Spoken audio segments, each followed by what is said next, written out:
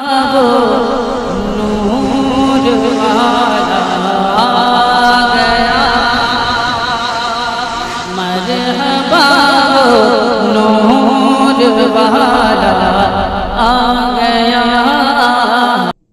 और मेरे बाद इंशाअल्लाह बरेली शरीफ की वो खूबसूरत आवाज़, जिसे इस दौर में आप कहिए अब तो कुछ कहना भी मुश्किल है, हम आह भी करते हैं तो हो जाते हैं बदनाम, वो कत्ल भी करते हैं तो चर्चा नहीं होता।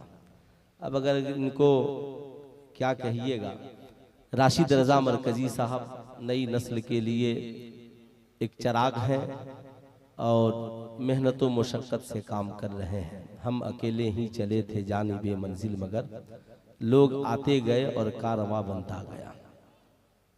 हजरात हर तरह डॉक्टर की इकबाल ने बहुत तकरीर पहले कहा देखने था, सुनने के लिए जो ही मैं स्टेज हमारे पर बैठा YouTube तो चैनल फ्रेश मिंटू भाई नेट को सब्सक्राइब करें और हाँ बेल आइकन अब तो दबाना। जलसे में जहाँ जाइए और किसी मजलिस में बैठिए तो लोगों की ज़बान पर एक ही नाम है, हिंदुस्तान की एक बहादुर बेटी का, जिसे लोग सूफिया कुरैशी कहते हैं।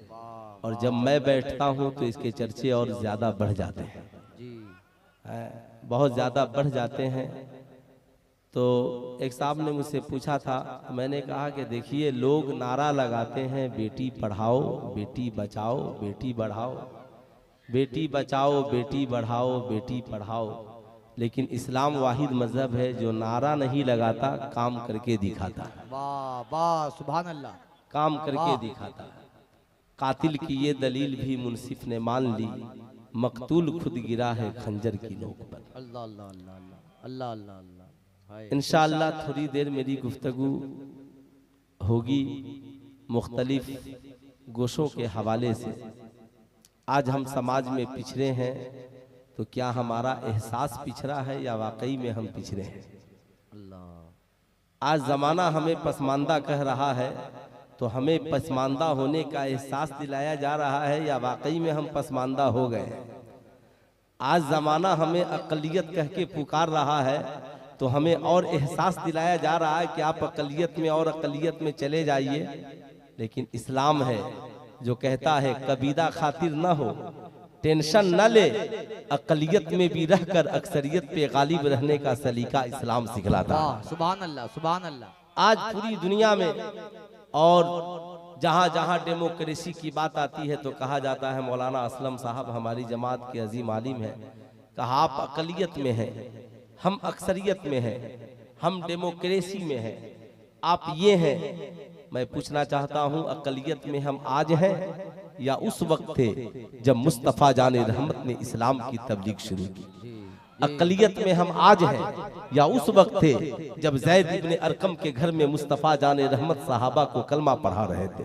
हम अक़लियत में आज हैं या उस वक्त थे जब हजरत उमर इब्ने खत्ताब 40वें मुसलमान की शक्ल में इस्लाम कबूल कर रहे हैं? हम अक़लियत में आज हैं या उस वक्त थे जब बेलाले हबसी मक्के की गलियों में इस्लाम कबूल करने की वजह से घसीटे जा रहे हैं? बताओ तो आपको पता चलेगा।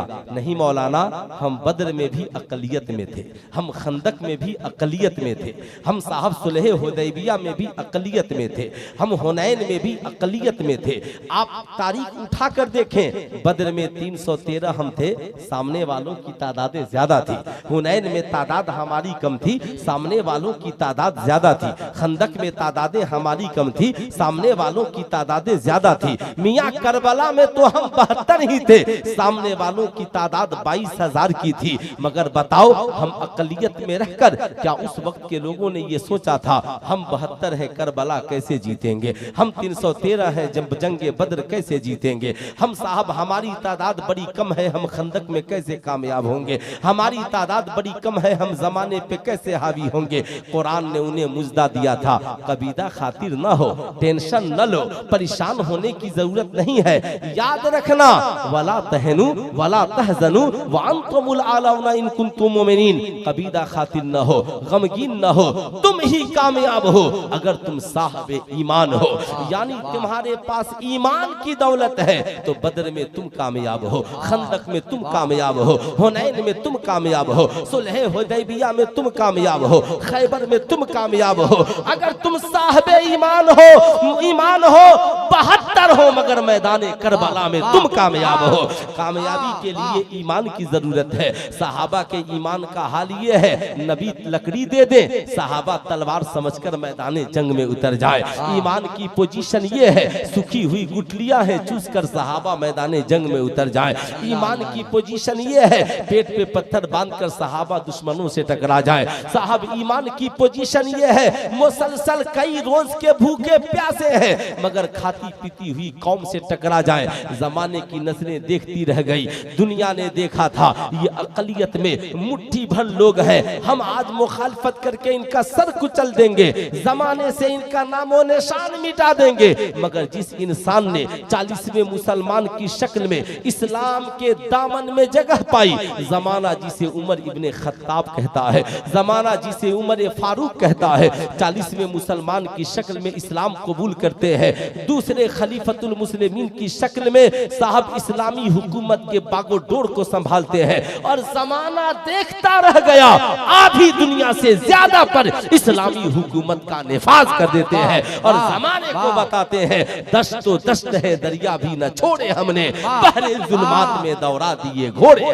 नारे तकबीर, नारे रिसालत, फैजाने सरकार सुरकाही, अजीजुल औलिया कॉन्फ्रेंस। सुभान अल्लाह, सुभान अल्लाह। अब आपको ये मानना पड़ेगा, दुश्मनों से टकराने के लिए आपको ताकत नहीं, ईमान की ताकत की पहले जरूरत है। जमाने में कामयाब होने के लिए ईमान की ताकत की पहले जरूरत है। जाहिर सी बात है, यही ईमान है जिसने मुसलमानों को इतना मजबूत किया, इतना साहब। लेकिन आज हम जिस दौर में जी रहे हैं, आपसे मैं पूछना चाहता हूँ, ये मेरी कौम के नौजवान बैठे हैं, हो सकता है आप जिस बस्ती से यहाँ पर आए हो वहाँ पे आपकी तादाद बड़ी कम हो सकता है आप जिस घराने से बिलोंग कर रहे हो आपका घराना बहुत पसमानदा हो, लोग आपका शुमार अकलियत में कर रहे हो सकता है आपका ताल्लुक फॉरवर्ड से नहीं बैकवर्ड से हो सकता है आपको समाज में दबा कुचला कहा जाता हो सकता है समाज में बस्ती में आपके घर की कोई इज्जत नहीं हो। लेकिन ऐ मेरी कौम के बच्चों,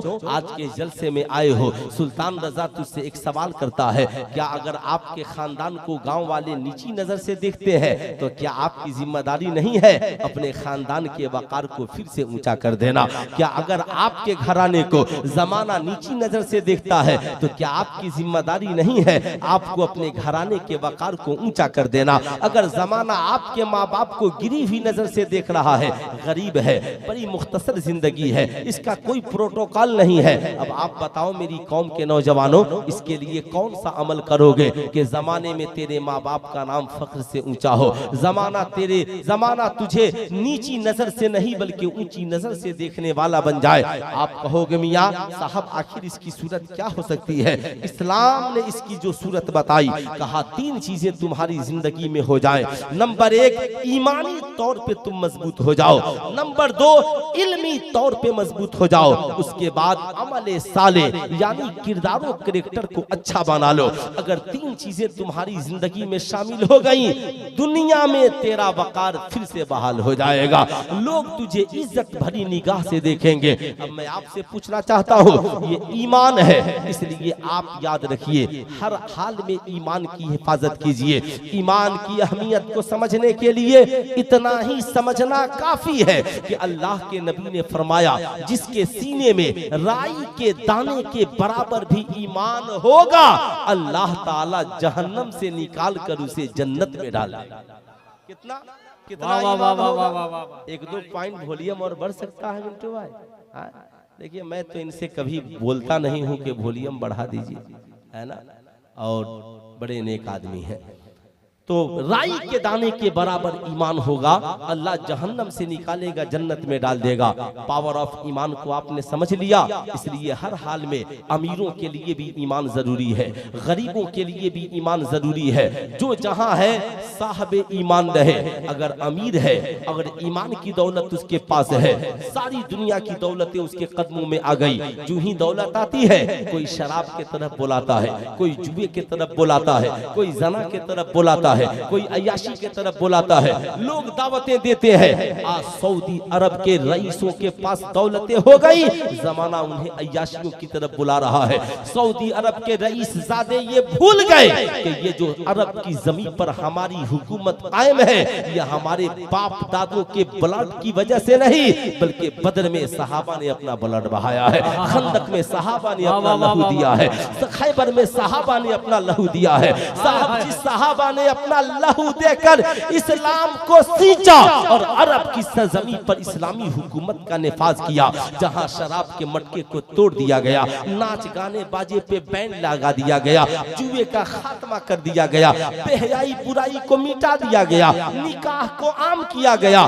सही माशरे की तश्कील दी गई। आज यहूदियों की साजिश ने उस जमीन को फिर से नापाक कर दिया है। आज यहूदियों की साजिश ने वहां की बहु बेटियों की इज्जत और आबरू को नीलाम कर दिया गया है। कौन थे मोहम्मद बिन कासिम, अरब वाले भूल गए। साहब कौन थे सलाहुद्दीन अयूबी, अरब की सरजमीन ने भुला दिया। उसकी वजह सिर्फ यही है, ये लोग जो वलियों की दुश्मनी में जीते हैं, सहाबा की दुश्मनी में जीते हैं, अंबिया के बुग़्ज़ में जीते हैं। साहब इनकी औलादों का हश्र आप देख लीजिए। इन्होंने कभी अपनी औलादों को उमर इब्न खत्ताब की तारीख नहीं पढ़ाई, इन्होंने कभी अपनी औलादों को हजरत सलमान फारसी की तारीख का मुताला नहीं कराया, इन्होंने कभी अपनी औलादों को बिलाल हबशी की तारीखें नहीं पढ़ाई, इन्होंने साहब अपनी औलादों को बुजुर्गों की सीरत का मुताला करने से रोका। ये भूल गए, नतीजा क्या निकला? आज आले सऊद ये समझना मुश्किल हो गया है उनके लिए कि हमें शराब के बारे में शरीयत क्या कहती है, साहब बेटियों के इज्जत और आबरू के बारे में शरीयत क्या कहती है। आज अफसोस होता है, क्या इस दौर के भी कठमुल्ले इस वक्त भी कहेंगे कि सऊदी अरब हमारे लिए रोल मॉडल है? करम है बरेली के अहमद रजा का, जिन्होंने कहा था दुनिया की कोई हुकूमत हमारे लिए रोल मॉडल नहीं हो सकती, हमारे लिए रोल मॉडल कल भी मुस्तफा जाने रहमत थे और आज भी मुस्तफा जाने रहमत है। इसलिए याद रखिएगा साहब, ये इस्लाम है जिसने नारा दिया था। अब मैं बात कर रहा था, सबसे पहले इस बात पे गुफ्तगू हो। आज मेरी कौम के नौजवान है, आपका जिस बस्ती से ताल्लुक है, अब आप चाहते हैं कि बस्ती में आपका वकार बहाल हो जाए। अब आप करेंगे क्या? 3 काम करना है। नंबर 1, पहले आपको ईमानी तौर पे मजबूत होना है। लाख मुसीबत आए हमें साबित कदम रहना, लाख मुसीबत आए हमें साबित कदम रहना है। अमीरी है, दौलत आ गई तो भी साबित कदम रहना है। कोई हमें बेहया न बना सके, कोई अरब के अमीरों की तरह अय्याश न बना सके, कोई साहब हमें नवाब वाजिद अली शाह की तरह अय्याश नहीं बना सके, कोई अकबर द ग्रेट की तरह हमें अय्याश न बना सके। दौलत आए तो भी साबित कदम रहना है और गरीबी है तो भी ईमान पे साबित कदम रहना है। मौला तू भूखे रखे तो भी तेरा शुक्र है, मौला तू कपड़ा दे तो भी तेरा शुक्र है, मौला तू जिस हाल में रखे तेरा शुक्र है। अब मैं आपको बताना चाहूंगा, हजरत इमाम केसई का नाम आपने सुना होगा, नहीं सुना तो मुझे सुनिए। इमाम केसई खलीफा वक्त हारून रशीद के जमाने के बहुत जबरदस्त आलिम दीन, बहुत बड़े आलिम दीन। अल्लाह अकबर। इमाम केसई बड़े गरीब घराने से उनका ताल्लुक था। हाल ये था कि साहब गरीबी का आलम ये था कि घर में खाने के लाले पड़ जाते थे। इमाम केसई रोजाना इल्म हासिल करने के लिए जाते और कई कई महीनों बाद इल्म हासिल करके आते। उनका एक पड़ोसी था, पड़ोसी बैठ करके साहब उनके दरवाजे के आगे सड़क के किनारे मशरूबात बेचा करता था, शरबत वगैरह। इमाम केसई 6 महीने बाद पढ़ करके आए। इसने पूछा, शहजादे नजर नहीं आते हो, कहाँ जाते हो? कहा मैं इल्म हासिल कर रहा हूँ। उसने कहा इल्म हासिल कर रहे हो? कहा हाँ। क्या पढ़ते हो? कहा ये किताबें हैं। उसने कहा दो अपनी किताबें, मैं इसको पानी में डालूंगा तो बड़ा शरबत मीठा हो जाएगा। यानी इमाम केसई पे तंज करता। इमाम केसई कहते अच्छा ठीक है, मेरी किताब दो, एक दिन ये शरबत मीठा जरूर बनेगा। इमाम केसई फिर पढ़ने के लिए चले गए, जाते रहे आते रहे। एक वक्त आया, इमाम केसई से उसने कहा, ए केसई पढ़ करके क्या करोगे? क्या तुम कौन सी दौलत कमाओगे? तेरे घर में इतनी गरीबी है। इमाम केसई ने कहा टेंशन न ले, मेरे घर का कारोबार चल जाता है। कहा केसई मैंने कहा ना अपनी किताब दे, मीठा शरबत बना दूंगा। इमाम किसई ने कहा वक्त का इंतजार करो, एक दिन आएगा इन्हीं किताबों से मीठा शरबत तैयार होगा। इमाम किसई जी लगा करके पढ़ते रहे। वक्त आया कि उस दौर के सबसे बड़े आलिम बने। जब आलिम सबसे बड़े बने तो साहब जब खलीफा वक्त हारून रशीद को पता चला मेरी रियासत का एक शहजादा पढ़ लिख कर साहब भला मुल्क में बहुत बड़ा आलिम बना है, तो जब लौट कर आने लगे तो हारून रशीद ने कहा ऐ मेरी हुकूमत वालों सुनो, याद रखना आज हमारे मुल्क का एक बच्चा सबसे बड़ा आलिम बनकर आ रहा है, उसके इस्तकबाल में कोई कमी नहीं होनी चाहिए, उसकी ताजीम में कोई कमी नहीं होनी चाहिए। अल्लाहु अकबर। अब क्या था, वजीर ने ऐलान कर दिया, बस्ती वाले पूरे मुल्क वाले सब बांधे खड़े हो गए। इमाम किसई की ताजीम की जा रही है, कोई फूल पहना रहा है, कोई इनाम दे रहा है। बादशाह वक्त ने अपना मशीरे खास के तौर पे इमाम किसई को मुकर्रर किया। इमाम किसई चलते रहे, इमाम किसई चलते रहे। जब अपने घर के करीब पहुंचे फिर उसके पास गए जो शरबत बना रहा था। कहा लोगों ठहरो, जरा मुझे अपने पड़ोसी से मिल लेने दो। करीब गए, जाकर कहा सुन, तू कहता था ना कि सही तू अपनी किताबें दे, शरबत बड़ा मीठा होगा। देख अल्लाह ने मेरी किताबों से शरबत कितना मीठा बना दिया है, देख मेरी किताबों से शरबत कितना मीठा बना दिया है। जमाना आज मेरा प्रोटोकॉल देख रहा है, आज लोग मेरी निगाहें देख रहे हैं। ऐ मेरी कौम के शहजादों, मेरे कहने का मतलब ये है अगर आपके खानदान को जमाना नीची निगाह से देख रहा है तो आप पढ़ने में मेहनत करो, ईमानदारी में मेहनत करो, आप अमल में मेहनत करो। इतना पढ़ो, आईपीएस अफसर बन जाओ, डॉक्टर बन जाओ, बेहतरीन आलिम बन जाओ, साहब कुछ ना कुछ बन जाओ। इतना पढ़ लिख कर बड़ा बनो कि जब गांव में वापिस आओ तो गांव का हर व्यक्ति देखकर कहे हमें फख्र है कि हमारे गांव में ऐसा लाल पैदा हुआ है जिसने साहब यूपीएससी में इतने नंबरात लाए, जिसने नीट में इतने नंबरात लाए, जो इतना बड़ा आलिम बन करके आया है, जिसे काजी शहर मुजफ्फरपुर बना दिया गया है। यानी इतना पढ़ो जो लोग तुझे नीची निगाह से देखते रहे उनकी निगाहें नीची हो जाए और तेरी निगाहें उनके ऊपर हो। नारे तकबीर, नारे रिसालत, अजीजुल औलिया कॉन्फ्रेंस, सरजमीने पकड़ी पकोही। नारे तकबीर, नारे रिसालत। यानी इतना पढ़ो। जाहिर सी बात है आप आला हजरत की जिंदगी को पढ़े, आप हुजूर ताजुल शरिया की जिंदगी को पढ़े, आप मुफ्ती आजम हिंद की जिंदगी को पढ़े, आज मुजफ्फरपुर में सरकारे सुरकाही की जिंदगी को पढ़े। क्या उनका घराना बड़ा रईस ज़्यादा घराना था? क्या उनके घराने का प्रोटोकॉल बहुत बड़ा था? क्या उनके घराने का मामला बहुत बड़ा था? क्या वो बहुत रईस ज़्यादा थे? क्या उनका खानदान बहुत ऊंचा था? आपको मानना पड़ेगा नहीं मियाँ, मगर सरकारे सुरकाही ने अपनी जिंदगी को ईमान, इल्म और अमल से ऐसा सजाया सबकी निगाहें नीची हो गई और सरकारे सुरकाही का परचम लहराता चला गया। सी बात है अगर आप चाहते हैं खोया हुआ वकार वापस आए, जाहिर सी बात है अकलियत में अक्सरियत पर गालिब आना है। आप जरा सा सोचे कितना भयानक दौर था, लोगों ने हमारा जीना हराम कर दिया था। अभी साहब कौन क्या बोले, अगर हम बोले तो हमारी पोजीशन ये है, हम आह भी करते हैं तो हो जाते हैं बदनाम, वो कत्ल भी करते हैं तो चर्चा नहीं होता। हम बोले तो देशद्रोही है। अगर हम किसी से सवाल पूछ दे कि ये क्यों हो रहा है तो मेरा भी एक सवाल है और पूरे भारत के लॉ इन ऑर्डर से मेरा सवाल है।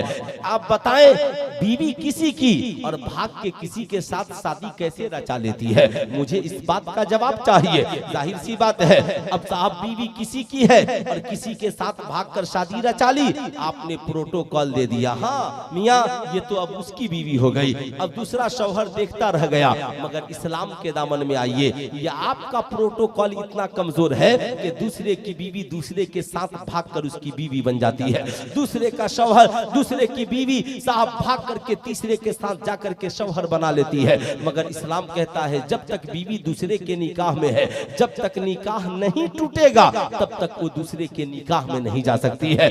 जाहिर सी बात है ये इस्लाम है, हमारा दामन इतना कमजोर नहीं है।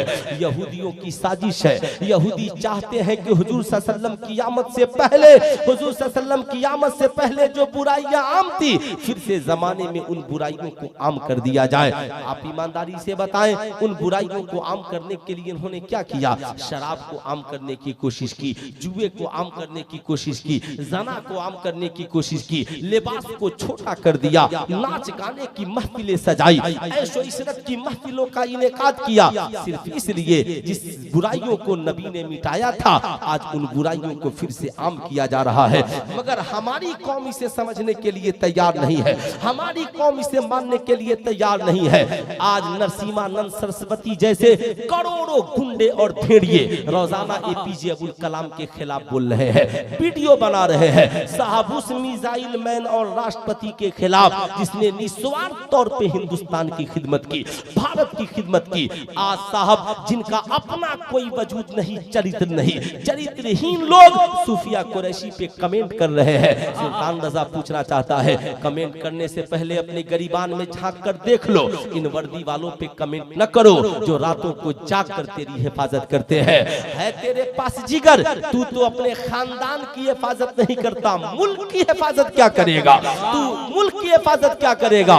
लेकिन हम लोगों से मत पूछ। अल्हम्दुलिल्लाह हमारे यहाँ चलोगे तो हर खानदान में 2-4 बच्चे बॉर्डर पर मिलेंगे। मेरा खुद अपने चचा का लड़का बीएसएफ में बॉर्डर पे नौकरी करता है। मेरे गांव के कई बच्चे हैं जो बॉर्डर पे तैनात हैं। मेरे जिले का एक लाल इम्तियाज हसन मुल्क की हिफाजत में बॉर्डर पे जिसने कुर्बानी दी। आप क्या बात करोगे सूफिया कुरैशी के मुकाबले की बात करने वालों, जिसका बाप बॉर्डर मुल्क की हिफाजत के लिए लड़ा हो, जिसका दादा मुल्क की हिफाजत के लिए लड़ा हो, जिसका शौहर मुल्क की हिफाजत के लिए लड़ रहा हो, साहब जो अपनी जान को हथेली पे रखकर मुल्क की हिफाजत की बात कर रही हो। आज ये लोग इतने कमीने और कमबख्त हो गए जिन्होंने अपना वकार खो करके साहब बेटियों की इज्जत व आबरू और उनके ऊपर हमला आवर हो गए। साहब इसलिए मैं कहूंगा आप बेटियों की तरबियत अच्छी कीजिए, इतनी तरबियत कीजिए कि कम से कम मुल्क की वफादार बने। वफादार नहीं बन सकती तो कम से कम मुल्क की गद्दार तो मत बने, मुल्क की गद्दार तो मत बने। ताज्जुब की बात है आज नरसिम्हानंद 1 करोड़ जहर उगल रहा है एपीजे अब्दुल कलाम के खिलाफ, क्यों नहीं उसे जेल में उठा करके डाल देते? नहीं साहब तमाशा है।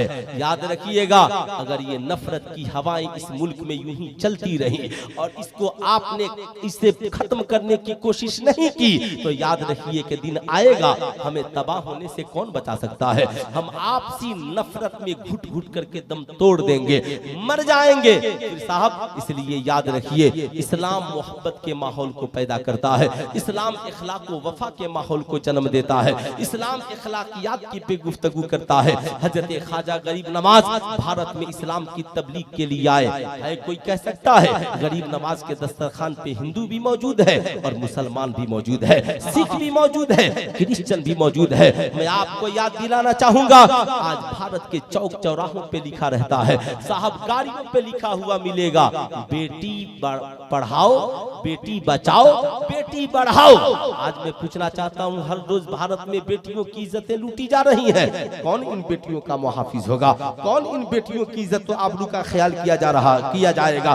बेटियों पे अभद्र कमेंट किया जा रहा है, कौन बेटियों के प्रोटोकॉल की बात कर रहा है? मैं आपसे याद दिलाना चाहूंगा बेटी पढ़ाओ और बेटी बचाओ और बेटी बढ़ाओ के नाम पर साहब एक दौर था यहूदियों ने साजिश रची, कहा मियां मुसलमानों को मिटाने के लिए या इस्लाम के खात्मे के लिए जरूरी है कि साहब मुसलमानों के किरदारों कैरेक्टर पे हमला किया जाए, मुसलमानों के अखलाकियात पे हमला किया जाए। इन्होंने ठीक वही किया, बेटियों से कहा बेटियों सुनो, अब औरत हो तो मर्दों की मुकाबला करो और मर्दों के मुकाबले में निकल जाओ। औरतों को शायद ऐसा लगा हम घर से निकल जाएंगे कामयाबी हमें मिल जाएगी। साहब कुछ औरतों ने आज आजादी निस्वा के नाम पर साहब घर बार को छोड़ा, तालीमें हासिल की, बहुत सारे मामलात हुए, मगर दो चार बातें मैं आपको याद दिलाना चाहूंगा। इन्होंने क्या किया? आजादी निस्वा के नाम पे किसी को काल गर्ल्स बनाया, किसी को मॉडल गर्ल्स बनाया, किसी को कुछ बनाया, किसी को कुछ बनाया। उनकी इज्जत आबरू लूटी गई और लूटी जा रही है। आज बॉलीवुड की लड़कियों से पूछिए, कहेंगी हम सुरक्षित नहीं है। आज साहब इसी मुल्क में उस महिला बॉक्सर से पूछिए जिसने कई पदक इस मुल्क के लिए जीते थे, क्या हुआ? दिल्ली में बैठकर, इंडिया गेट पे बैठकर प्रदर्शन करती रही कि फला नेता ने मेरी इज्जत लूट ली, मगर साहब उसे इंसाफ नहीं मिला। जाहिर सी बात है, लेकिन बात लोग औरंगजेब आलमगीर की करते हैं। औरंगजेब आलमगीर ने तो इतना ही किया था, सुना था कि शकुंतला की इज्जत लूटने वाली है तो महीनों खाना नहीं खाया था, पानी नहीं पिया था। कहा था बेटी शकुंतला जा, औरंगजेब आएगा और तेरी इज्जत बचाएगा। साहब दुनिया में, भारत में है कोई इंसाफ पसंद जिसने इब्राहिम कोतवाल को दो हाथियों के टांगों में उसके टांग बांधकर बनारस में बीचों बीच फाड़ दिया हो और जमाने को दर से वफा दिया हो? हम बेटियों की इज्जत करते भी हैं और हम बेटियों की इज्जत बचाते भी हैं। ये इस्लाम है जिसने दुनिया में सबसे पहले, जब बेटियां दफनाई जा रही थी, जब बेटियां जलाई जा रही थी, जब बेटियों का कोई वकार नहीं था, बेटियों की कोई इज्जत नहीं थी, तो इस्लाम ने सबसे पहले बेटियों के लिए चरागे इश्क वफा जलाया। कहा बेटियां दफनाने के लिए नहीं है, बेटियां जलाने के लिए नहीं है, बेटियां डोलियों में सजाने के लिए है। सुनो, ये बेटियां हैं तो बाप के लिए रहमत है, बेटी है तो बाप के लिए रहमत है। औरत अगर बीवी है तो शौहर के लिए मोहब्बत है, औरत अगर बहन है तो भाई के लिए इज्जत है, औरत अगर माँ है तो उसके कदमों के नीचे जन्नत है। ये नारे तकबीर, नारे रिसालत, अजीजुल औलिया कॉन्फ्रेंस, नारे तकबीर, नारे रिसालत, माशाअल्लाह। तन्हा जिस मजहब ने औरतों के वकार को बढ़ाया उसे मजहब इस्लाम कहते हैं। इस्लाम ने बढ़ाया ही नहीं बल्कि इस्लाम ने सही तर्जमानी की, तरबियत की। औरत हो तो तेरी जिंदगी का मकसद ये है, तेरी गोद में तेरी औलादें कैसे पलेंगी, तेरी औलादें बड़ी होंगी तो प्रोटोकॉल क्या होगा, तुम बड़े होगे तो प्रोटोकॉल क्या होगा, तुम्हारी जिम्मेदारियां क्या होंगी। आज इस समाज में हम जीवित और जिंदा हैं। ऐ मेरी कौम के शहजादों, ये दौर बड़ा पुरफितन दौर है और बड़े पुरफितन दौर में हम और आप जी रहे हैं। आपसे मेरा एक ही सवाल है, आप ईमानदारी से बताओ, दुनिया में जितने कामयाब लोग गुजरे हैं आपने उनका साथी किसे पाया है? आपने नहीं देखा। अभी साहब भारत की एक भारत का एक बाशिंदा, उसे बाशिंदा ही कहेंगे, नागरिक कह लीजिए, या तो मेल होगा, फीमेल होगा या थर्ड जेंडर होगा जिसे हम लोग हिजरा कहते हैं। ये तीन जेंडर होंगे। जाहिर सी बात है, एक लड़का ये तो अल्लाह की मर्जी, मर्द बना दे, औरत बना दे, हिजरा बना दे। इत्तफाक से न वो मर्द रहा न औरत रहा, हिजरा हो गया। अब बचपन से लोग उसे ताना देने लगे।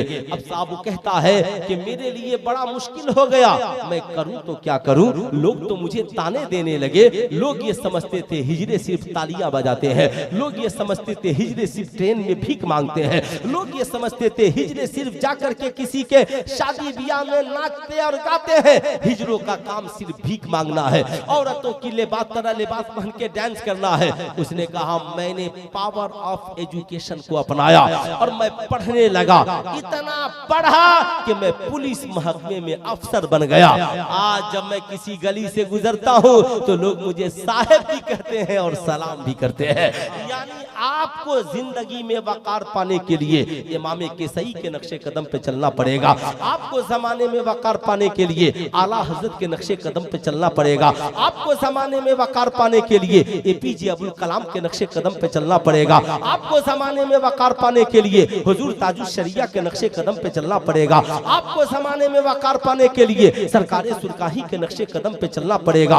अपने बच्चों को बताना होगा, ऐ मेरी औलादो, इंसान दौलत से अमीर नहीं होता, इंसान इल्म, हुनर और एजुकेशन से अमीर होता। याद रखिए, ये दौलतें खत्म हो जाने वाली चीज है, मगर अगर किसी के पास इल्म हो और हुनर हो तो ये ऐसी दौलत है जो बुढ़ापे तक दौलत देती रहती है। यानी दौलत का जरिया ये बना रहता है। यानी अगर आप समाज में अगर शिक्षित है तो जमाना आपको इज्जत की निगाह से देखेगा। अगर पूरी बस्ती में आप हैं, आपके खानदान को लोग नीची नजर से देख रहे हैं, इतनी मेहनत कीजिए या तो दीनी आलिम बन जाइए। आप कॉलेज में पढ़ रहे हैं, इतनी मेहनत कीजिए कि जज बन जाइए। देखिए गाड़ी आपकी चलेगी, लोग निगाहें देखेंगे, जज की गाड़ी जा रही है, रास्ता साफ करो, इसे रास्ता दे दो। यानी समाज में पढ़ लिख कर आपको आगे बढ़ना है। अब साहब भारत के टॉपर स्टूडेंट से पूछा गया, आप सीबीएसई में टॉपर कैसे बने?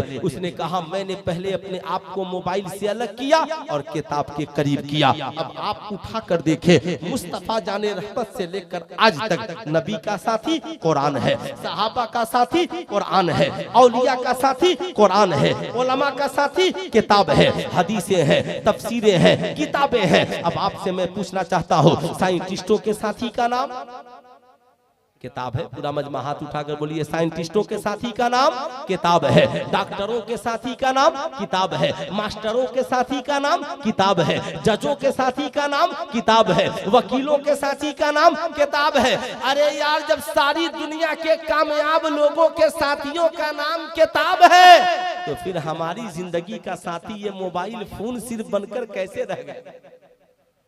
वाह वाह वाह वाह वाह वाह, बेशक कैसे रह गया?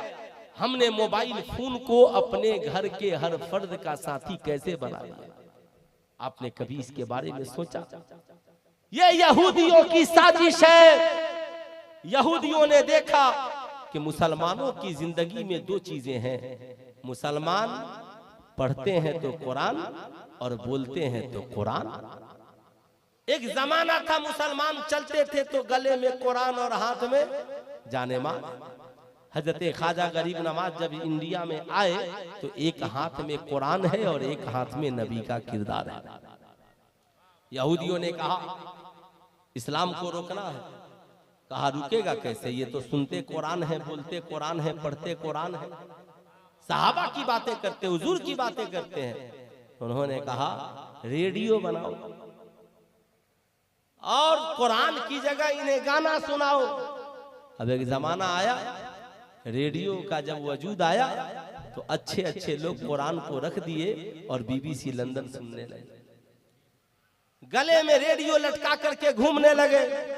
बूढ़े बूढ़े लोग रेडियो मिर्ची देखने लगे। जब लोग ज़हनी तौर पर रेडियो के आशिक हो गए और हर जगह रेडियो पे कमेंट्री चलने लगी तो उन्होंने कहा कि अभी इनका जहन जो है सुनने वाला हो गया है, अब इन्हें देखने वाला बनाइए। कहा किया क्या जाए? कहा ऐसी चीज बनाओ कि ये कुरान देखना भूल जाए और ये साहब हमें देखने लगे। कहा तो करोगे कैसे? कहा मुसलमानों के किरदार को बदलना, इनके औरतों के ज़मीर को बदलना, इनके नौजवानों के कैरेक्टर को बदलना। कहा उन मुसलमानों के घरों में तुम्हारी एंट्री नहीं हो सकती। कहा हमारी एंट्री नहीं होगी, मगर हम ऐसी मशीन बनाएंगे, मशीनें हमारी होंगी, घरों मुसलमान के होंगे। अब उन्होंने क्या किया? कहा टीवी बनाओ और ऐलान करो टीवी नहीं तो जिंदगी नहीं। टीवी हमारी, चैनल हमारा, 1 लाख प्रोग्राम हमारे, पैसा मुसलमानों के। आज कोई ऐसा घर है, तो एक दौर था हर घर में टीवी ने कदम रखा। बहुत इख्तलाफात हुए। टीवी से पहले कुरान की तिलावत थी, कुरान की तिलावत बंद। टीवी से पहले औरतें बड़ी पर्दा रहती थी, मगर नया फैशन देख करके फैशन वाला जमाना शुरू हो गया। टीवी से पहले गांव में एक टीवी पूरा गांव बैठकर क्रिकेट पे 2-2 दिन 3-3 दिन बर्बाद कर रहा है। अब इन्होंने देखा कि साहब टेंशन मत लो, अब तो टीवी की भी जरूरत नहीं, ऐसा मोबाइल फोन बना दो सारी दुनिया उसमें सिमट जाए। अब जाहिर सी बात है मोबाइल फोन वही है, लेकिन आप जरा सा सोचे जब टीवी आई तो जमाने ने बहुत कुछ कहा, सारे लोग टीवी नहीं तो जिंदगी नहीं, मगर बरेली की टूटी हुई चटाई पे बैठकर इमाम इश्क मोहब्बत ने उस वक्त फतवा दिया था, ऐ लोगों टीवी देखना हराम है। जानते हैं क्यों फतवा दिया था? वो जिनकी निगाहें देख रही थी। अगर आज मुसलमान टीवी से नहीं रुके तो इनकी बेटियों की इज्जत व आबरू को नीलाम होने से कोई नहीं रोक सकता है। आज इन्हें बेहया होने से कोई नहीं रोक सकता है। आज इन्हें नाच गाने बाजे से कोई नहीं रोक सकता है। मगर हम नहीं रुके। नतीजा ये निकला, बेटियां हमारी किरदार यहूदियों की, औलादे हमारी कैरेक्टर यहूदो नसारा की। साहब घर हमारा मगर चैनल यहूदो नसारा के। मोबाइल के जगह टीवी के जगह पे अब मोबाइल ने जगह ले ली। अब तो मोबाइल में सारी दुनिया मौजूद है। मोबाइल का हाल ये है, मैं आईना हूँ दिखाऊंगा दाग चेहरे का, जिसे बुरा लगे वो सामने से हट जाए। अब मोबाइल में जिसका जैसा ज़मीर होगा वैसी चीज देख ले। मोबाइल वही है, अच्छी चीज देखना हो तो अच्छी चीज देखो, बुरी चीज देखना हो तो बुरी चीज देख लो। मोबाइल चलाने वाले को देख लो, अगर अच्छी चीजें चला रहा है समझ लो ज़मीर अच्छा है, बुरी चीजें चला रहा है समझ लो ज़मीर बुरा है। यानी यहूदियों की साजिश थी और यहूदी आज 100% कामयाब होते हुए नजर आए। आला हजरत ने लिखा, मज़ारों पर एक चादरें चढ़ाओ ताकि पता चले अल्लाह के वली की कब्र है। मगर आज मज़ारों पे 1 लाख चादरें चढ़ गई और बेटियों के सरों से दुपट्टा उतर गया। आज हमारी कौम की बेटियों ने इज्जत को इज्जत समझना छोड़ दिया। आज बेटियां भूल गई अल हया व शोबतुम मिनल ईमान, हया ईमान का हिस्सा है। आज बेटियों से इज्जत की बात कीजिए तो उन्हें बुरी लग जाएगी। आज औरतों से इज्जत की बात कीजिए तो उन्हें बुरी लग जाएगी। आज सबसे ज्यादा इंडिया में तलाक की नौबत आ गई है। अब आप कहेंगे मौलाना क्यों?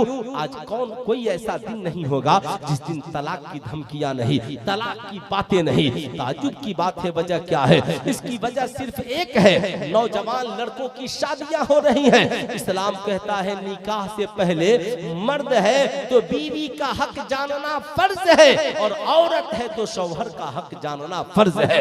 मगर बीवी बीए पास है मगर शौहर की के हुकूक की तालीम नहीं है। शौहर एमए पास है मगर बीवी के हुकूक की तालीम नहीं है। जाहिर सी बात है, जब मियाँ बीवी दोनों हुकूक जानते नहीं है तो एक दूसरे की इज्जत और आबरू की बातें कैसे होंगी? ऐ मेरी कौम के शहजादों, अगर आपने तालीमी मामलात में मेहनत नहीं किए, क्या कहा अल्लाह के नबी ने? जो खाओ अपनी बीवियों को खिलाओ, जो पियो अपनी बीवियों को पिलाओ, जो पहनो अपनी बीवियों को पहनाओ, अच्छे मकानात, अच्छी ग़िज़ाओं का इस्तेमाल करो। मगर आज हमारी पोजीशन क्या है? आज जब मौलाना साहब निकाह पढ़ाते हैं तो इमाम साहब ने निकाह पढ़ाते वक्त क्या कहा था?